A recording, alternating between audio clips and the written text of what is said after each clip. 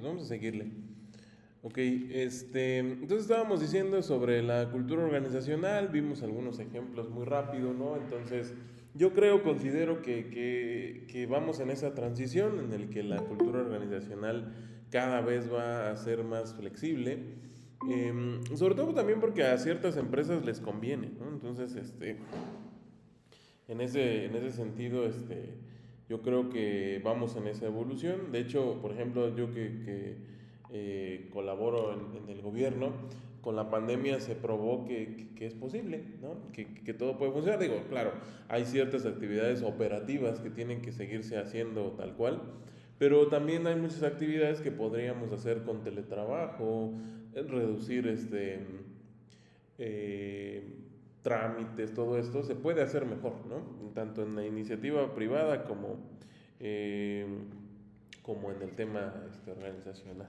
Entonces, bueno, ¿qué más? En este caso dice, en la cultura organizacional se debe privilegiar el desarrollo de los colaboradores eh, porque pues es la iniciativa que se les puede dar a ellos, ¿no?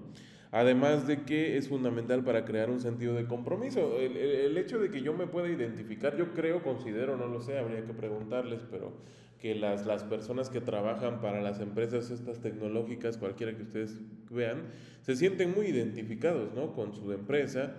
Tal vez nosotros también, ¿no? En nuestro trabajo actual o lo que ustedes quieran, pero vamos, ese es un sentido natural, ¿no? El hecho de que pues me siento bien con lo que estoy haciendo, etcétera. Y finalmente, pues garantizar, él dice, el tema de la retroalimentación. Es mucho, la cultura organizacional flexible se presta mucho a ello, ¿no? A esa flexibilidad y desarrollo, ¿no? De esa cultura. Bueno, para concluir esta primera parte nada más, entonces las organizaciones se desenvuelven en un entorno dinámico. ¿Qué significa eso? Que es cambiante, ¿no? Es lo que traté de dar a entender al principio, por los clientes, competidores, proveedores, sector externo, el gobierno y muchas variables más. Además de que el dinamismo, ese movimiento se da por la baja certidumbre en la acción, es decir, no sabemos lo que nos depara, ¿no? Si bien yo puedo anticiparme a ciertas cosas, controlar algunas otras de forma interna, no me puedo anticipar del todo a tener una total certidumbre de que algo va a funcionar, algo en algún momento va a cambiar, no lo sé, ¿no? Ya que las organizaciones actuales se encuentran abiertas al cambio, a diferentes contingencias y al mismo azar, ¿no? O sea, hay muchas cosas que tomar en consideración antes de poder desarrollar en este caso cualquier tipo de iniciativa. Bueno, y para terminar el día de hoy vamos a ver o vamos a hablar un poquito sobre justamente las oportunidades y las amenazas que se presentan en las instituciones, porque pues les decía la primera parte de la planeación, siempre vemos estas herramientas, ya les decía la más tradicional, importante y que sigue funcionando, pues son los análisis FODA. Hay algunos análisis FODA extensos, hay algunos que les agregan algunas otras variables, pero sigue siendo la esencia el mismo, ¿no? Pero bueno, para llegar a eso, dice, ahora sí ya les voy a decir, existen dos tipos de variables que afectan el comportamiento del consumidor, que es lo que nos importa en este caso dentro de las instituciones para su elección de compra. Una variable quiere decir algo que está cambiando, ¿no? Esa es una variable, varía. Entonces, ¿cómo se llaman? Los que son de causa interna, para que lo recuerden, son endógenos, ¿no? Variables endógenas, endo quiere decir dentro de, son las de causas internas. Entonces, las variables endógenas, por si de aquí en adelante me refiero así a las variables internas, justamente son ellas, ¿no? Las puedo controlar, puedo ver cómo reducir costos, cómo mejorar mi infraestructura, cómo hacer que mis empleados se sientan mejor, ¿no? Etcétera. En cambio, las variables exógenas son las de origen externo, ¿no? En este caso, no las puedo controlar, fenómenos naturales, manifestaciones, inseguridad, todo lo que está fuera de mi alcance y que lamentablemente digo, pues no puedo controlar, ¿no? Que mejor que todos nos pusiéramos de acuerdo y dijéramos, vamos a hacer que no tiemble. No se puede, ¿no? Es algo que tiene que suceder, no se sabe cuándo, pero pues que va a suceder. Igual un fenómeno natural, ¿no? Tal vez el tema de la inseguridad, sí, pues aunque nos organizamos y nos cuidamos y todo, No podemos nosotros solitos, ¿no? Tendríamos que recibir mucha más ayuda de otra parte. Por eso es que son exógenas, ¿no? En este caso. ¿Qué más? Una variable endógena, por ejemplo, dentro de las empresas, pues es la motivación, la percepción, las experiencias, el estilo de vida, la personalidad, ¿no? Y vamos a quedarnos con la motivación.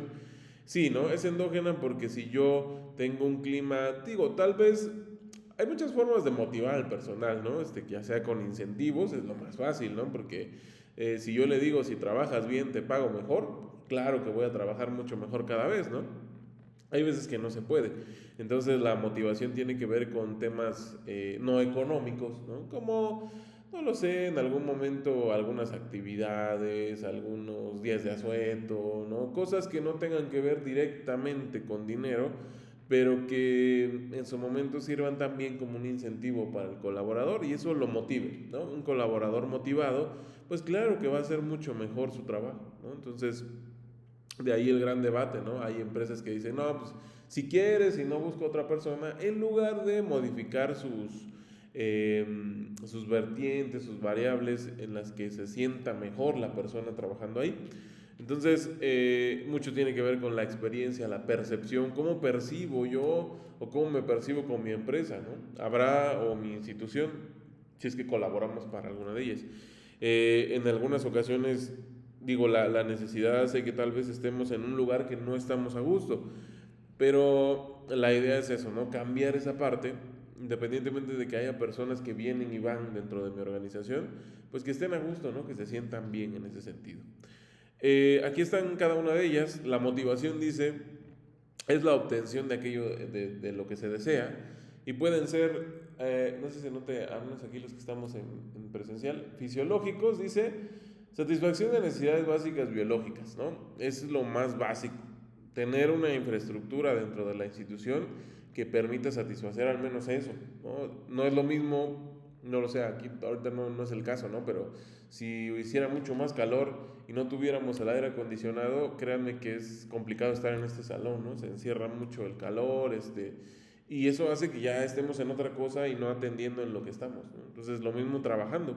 Si no tengo las condiciones adecuadas en mi trabajo, va a ser mucho más difícil, ¿no? En ese sentido. Emocionales, características subjetivas, es decir, dependen de cada uno, como lo veamos, del producto, como la comunidad o el diseño o el prestigio de la marca, ¿no? En algún momento eso es fundamental para la empresa. Para algunas personas, ciertos productos no tienen que ver tanto con la calidad del producto o la funcionalidad del producto, sino con un tema de estatus, ¿no? Un tema de prestigio.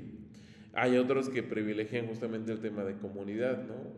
No me importa que sea una marca desconocida, pero es muy cómoda, me gusta, funciona, ¿no? Entonces, mucho depende de ello. Motivaciones inconsistentes, dice, aquellas que influyen en una decisión, pero el comprador no se da cuenta, ¿no? Entonces, en algún momento podría ser que ni siquiera percibamos la motivación. Y positivas negativas, ¿no? Motivos positivos que dirigen al consumidor a conseguir un objetivo deseado, mientras que las negativas apartan, dice, ¿no? En este caso como una consecuencia que no se desea. Eh, Les digo, las positivas, incluyendo todo lo que ya vimos, pueden ser de tipo monetario, pueden ser de utilidad, pueden ser es muy subjetivo, ¿no? Porque a veces igual suena chiste, pero cuando nos dicen, no, pues si te quedas trabajando un poquito más, pues que te invitamos una pizza, te invitamos una torta o algo. Hay gente que preferiría que le pagaran mejor, ¿no? Por esas horas extra. Hay gente que incluso lo hace sin recibir nada a cambio, ¿no? Es muy subjetivo, depende mucho de la percepción de las personas. En cuanto justamente a la percepción, dice, un proceso selectivo porque solamente percibimos lo que nos interesa, ¿no? Y se manifiesta en estas 4 etapas que se ven ahí. Exposición, dice, un individuo escoge y selecciona los estímulos o la información que quiere ver y quiere oír. Incluso con un consumidor, ¿no? Un consumidor solamente ve en un producto lo que le interesa. No importa que lo que estuvo detrás. Y eso me da mucha risa, por ejemplo. Digo, yo no soy muy fan de eso, pero hay gente que sí. Cuando tenemos un carrito, yo veo gente que se pone a modificarlo, ¿no? O sea, se le pone ahí sus alerones y cosas así. Digo, yo no soy muy fan, tal vez porque no tengo tiempo de hacerlo, ¿no? Pero sí veo de repente en la calle que le ponen otras luces y todo el show, ¿no? Y a veces me he puesto a pensar, digo,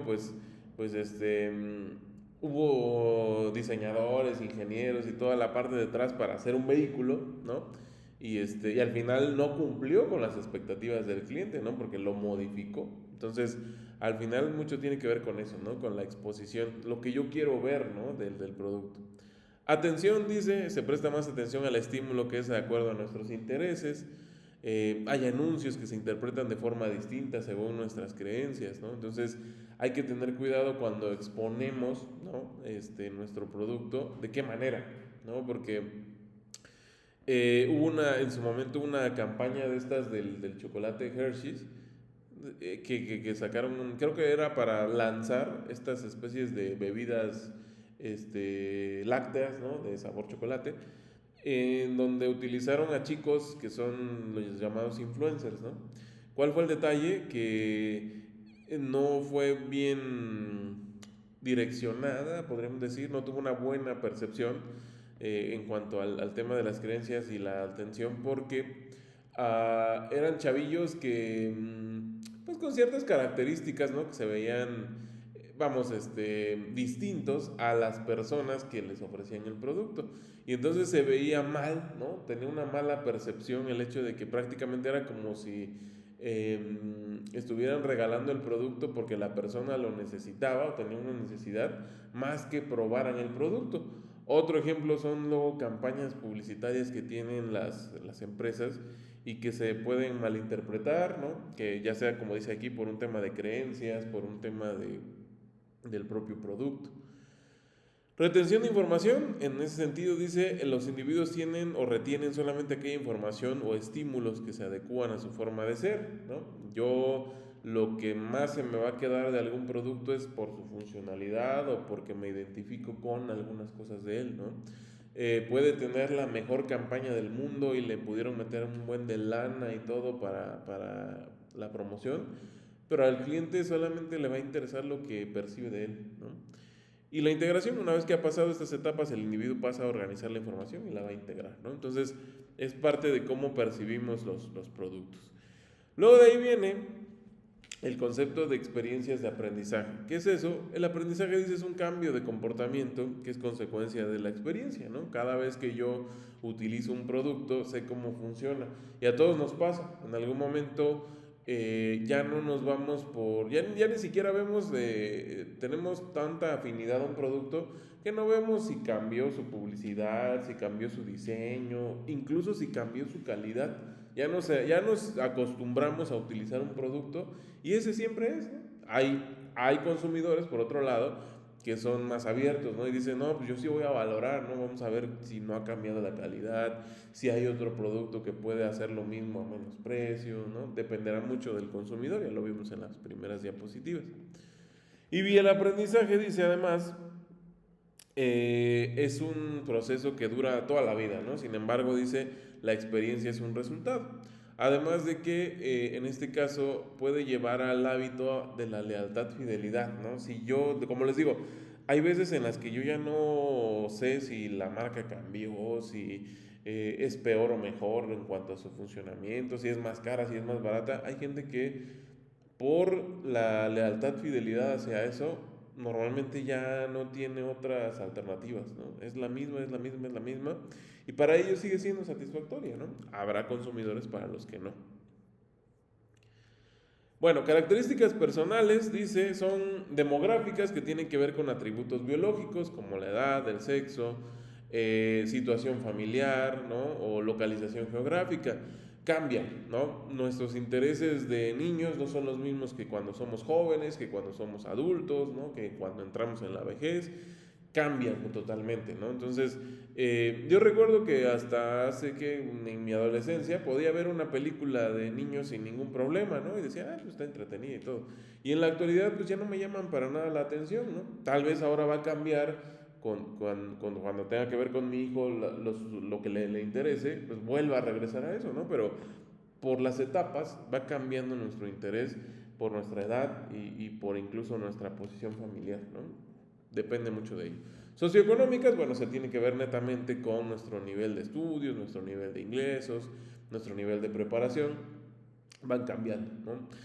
Los intereses que tenía como estudiante, que era codependiente tal vez de otra persona, no son los mismos ahora que soy una persona independiente, ni van a ser los mismos cuando ahora yo le voy a proveer a otra persona, ¿no? Entonces va cambiando también. Y psicográficas, que estas son bastante interesantes porque justo el sí viene de que tiene que ver con temas psicológicos. Igual son muy subjetivas porque cada persona percibe las cosas de diferente manera, pero tienen que ver con su personalidad y su estilo de vida, ¿no? Entonces, la psicografía se encarga de estudiar justamente eso, ¿no? La personalidad, cosa complicada, ¿no? Porque eh, cada personalidad es distinta, cada persona es distinta y eso impacta a la empresa y a los productos y al consumidor de forma distinta cada vez o a su vez, ¿no? En cuanto a actitud, dice, es la predisposición aprendida para responder a los cambios en el tiempo de modo favorable o desfavorable. Se desarrollan a lo largo del tiempo y son consecuencia del aprendizaje. Las actitudes pues tienen que ver justamente con qué tanto nos gusta o no esa evolución que se tiene en las cosas, ¿no?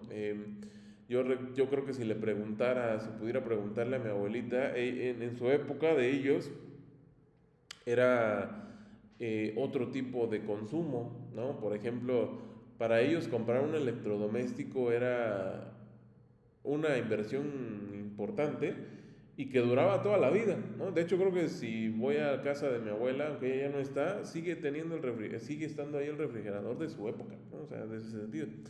Y en nuestra época ya no, ¿no? Todo tiende a ser más desechable, todo tiende a ser más cambiante, ¿no? La misma industria lo va haciendo así, ¿no? O sea, cada vez que yo cambio un celular es porque me ofrecen una promoción de trading, ¿no? O sea, tráeme el otro y te doy uno nuevo, tráeme el otro y te doy uno nuevo, tráeme el otro y así, ¿no? Entonces nos habitúan a estar consumiendo más rápido, ¿no? Cada vez más desechable todo al final, ¿no? Y eso orilla también del otro lado a la empresa a tener que atender a eso, ¿no? Si me quedo estancado, pues no. De ahí el mito, ¿no? De la bombilla, ¿no? Decían que la primera bombilla que se creó en su momento, pues sigue prendida, ¿no? Entonces imagínense que tengamos que comprar un foco nada más una vez para toda la vida, pues las empresas que se dedican a eso no van a tener negocio, ¿no? Entonces, de ahí vienen cosas más importantes, no sé si se mencionan en este curso o más adelante en otra materia, de la famosa obsolescencia programada, ¿no? De hecho, esta marca ha admitido en su momento, en temas ya hablando de temas legales, que sí promueve la obsolescencia programada. ¿Qué es eso? Que este celular tiene una vida útil y lo dice en su caja, ¿no? Si al 100% de año y medio. Al año y medio se va a empezar a desactualizar, a los 3 años ya no vas a poder actualizarlo del todo, a los 5 años ya no va a tener batería, a los 6 va a ser obsoleto, ¿no? Ya sí va a aprender y todo, pero ya no lo vas a poder utilizar con las funcionalidades, ¿no? Eso es la obsolescencia programada y lo han aceptado, ¿no? De hecho han tenido que pagar multas y todo por el hecho de decir, sí estamos motivando a que el consumo sea más rápido, ¿no? Se distinguen en tres componentes de las actitudes: cognoscitivo, que son los conocimientos, creencias,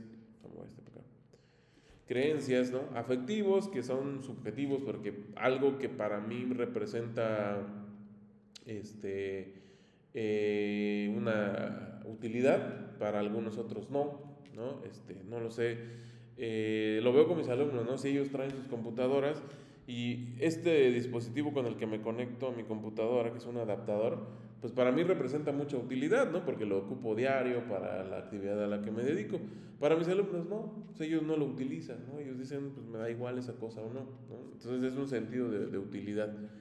Y el componente activo, el componente de acción que muestra nuestra tendencia a actuar, ¿no? Dependiendo también de las situaciones.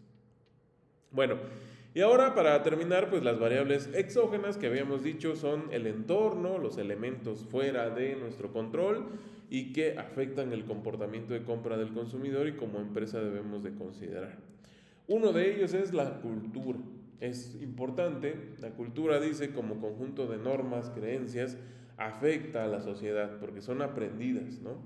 Yo recuerdo que en mi época en la actualidad, cuando viene la época de Día de Muertos y todo esto, en la actualidad es una época de bastante consumo, ¿no? Y en mi época de niñez, por las instituciones tal vez en donde estudié, por mi familia, lo que ustedes quieran, no se mezclaba, ¿no? El Día de Muertos con el Halloween y todo esto. En la actualidad creo que es una festividad, si lo podemos llamar así, mucho más alegre, ¿no? En la época de mis abuelos era más solemne, ¿no? O sea, era una época así como de reflexión, un poco más oscura, ¿no? Y en la actualidad no, es todo lo contrario, ¿no? Inclusive hasta se vende como un atractivo turístico, ¿no? El tema del Día de Muertos. Entonces depende mucho de eso, ¿no? Del tema cultural. Otra cosa importante también, ¿no? Es un gran dilema en la actualidad este tema de la cultura, por ejemplo, la cultura en los textiles, ¿no?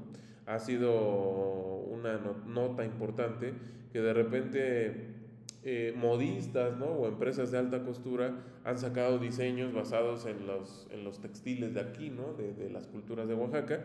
Y hay un gran choque, ¿no? Porque tal vez para algunas culturas eso represente no un tema comercial, sino justamente un tema comercial, perdón, un tema de identidad, un tema de cultura misma, ¿no? Y no comercial.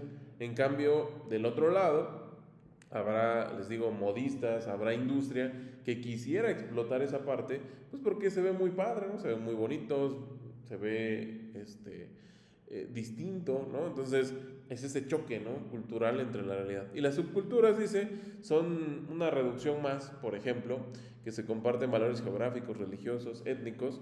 Siempre pongo el ejemplo de, otra vez, de los Estados Unidos, ¿no? Les digo, es un país netamente migrante y ahí convergen que la cultura latina, la cultura asiática, la cultura africana, que hay musulmanes, que hay cristianos, hay de todo, ¿no? Entonces, la subcultura estadounidense es muy amplia, ¿no? Es muy amplia al grado de que se comparten muchas cosas en un lugar en el que uno podría pensar en un estereotipo muy general, pero que no se cumple del todo, ¿no? O sea, hay zonas en Estados Unidos que ya pareciera que estuviéramos en cualquier país de Latinoamérica. Hay zonas en Estados Unidos que pareciera que estuviéramos en Asia, ¿no? Entonces, esas son las subculturas, ¿no? Cosas que se comparten dentro de la misma idea. Las clases sociales son otras de las variables exógenas porque dice es la posición que ocupa un individuo o una familia en la escala social. Muchas veces no depende de nosotros esa parte, ¿no? Y viene determinada por la ocupación, su nivel de ingresos, su educación, dando lugar a diferentes comportamientos de compra. Y sí, no sé si lo han notado, ¿no? Pero justamente vamos a hablar de aquí en la ciudad, para los que están en línea, en la ciudad hay diferentes zonas, ¿no? Y si hablamos de un Chedraui, por ejemplo, aquí no es igual o no ofrece los mismos productos, y lo he notado. El Chedraui que está aquí cerca del Tecnológico, que el que está en Jojo, que el que está en la Colonia Reforma. De hecho, el de la Colonia Reforma, por ser una zona un poco más costosa, ¿no? Le llama Selecto, ¿no? Chedraui Selecto. Entonces sí, de hecho, si ustedes entran, la infraestructura es distinta y hay muchos productos que en otros no encontramos, ¿no? Y al revés también. Hay muchos productos que he encontrado en los Chedrauis de las periferias que en el Reforma no hay, ¿no? ¿Por qué? Pues porque no tienen demanda de ahí, ¿no? De hecho, les digo, varios productos de uso cotidiano, de repente pasando por el paso aquí del tecnológico, lo encuentro ahí en el Chedraui, ¿no? Inclusive hasta tienen, me impresiona en el Selecto hay que hacer una especie como de cafetería, ¿no? Y te venden que el pastelito, que el frappé, ¿no? Que la torta, pero, no, bueno, el baguette, ¿no? Y así. Y en el del Madero te venden palomitas, otras cositas mucho más, de uso común, vamos, ¿no? Entonces sí se nota esa diferencia en cuanto al tema de, pues por los ingresos, por la zona, ¿no? Que están enfocados ahí, ¿no? Lo mismo podríamos encontrar ahí, en esa zona de la Colonia Reforma se encuentran ciertos negocios que no hay en la zona sur o en la zona oriente, ¿no? Son distintos. Se supone que lo hacen o es así pensado por un tema de ocupación, ingresos, ¿no? Y todo este tipo este tema, ¿no? Que no está mal. Al final se supone que las empresas piensan en eso, ¿no? ¿Qué clientes vamos a tener por acá, ¿no? Bueno, y finalmente, para terminar, pues las influencias personales, esas también influyen mucho tanto en la empresa como en el comportamiento de los individuos. Porque dice, aquel comentario de un amigo o de una persona en el que se confía y que va a prevalecer por el resto de la información porque es más creíble, ¿no? Mi esposa es una persona, por ejemplo, que cuando va a comprarse ropa tiene que ir ya sea con su hermana, conmigo, con una amiga, lo que ustedes quieran, para que le dé su visto bueno, ¿no? O sea, no tiene esa parte ella como consumidor, influye mucho la opinión de alguien que considere confiable, ¿no? Dice, tú dime sinceramente, ¿no? ¿Me queda, no me queda? Etcétera, porque, pues del otro lado, la empresa con tal de venderlo probablemente le diga, sí, sí, sí, ¿no? Lléveselo, le queda muy bien, pero pues tiene que tener esa satisfacción y además ese vínculo, ¿no? Con los demás.